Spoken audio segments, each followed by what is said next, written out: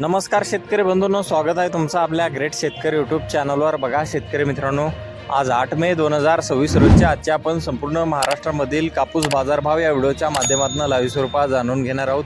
तत्पूर्वी आपण चॅनलवर नवीन असाल चॅनलला सबस्क्राईब करायला विसरू नका। बघा शेतकरी मित्रांनो, सध्या महाराष्ट्रामधील कापूस बाजारभाव 10,000 वर आलेला आहे।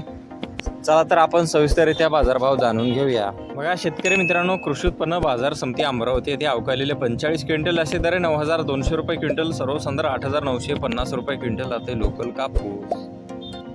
बघा पुढील बाजार समिती समुद्रपूर येथे अवकालेले 64 क्विंटल असे दर 10,000 रुपये क्विंटल, सर्वसाधारण 8,500 रुपये क्विंटल आता लोकल कापूस। बघा पुढील बाजार समिती उमरेड येथे जास्तीत दर 325 रुपये अवकालेले 325 क्विंटल असे दर 9,350 रुपये क्विंटल, सर्वसाधारण 8,630 रुपये क्विंटल आता लोकल कापूस।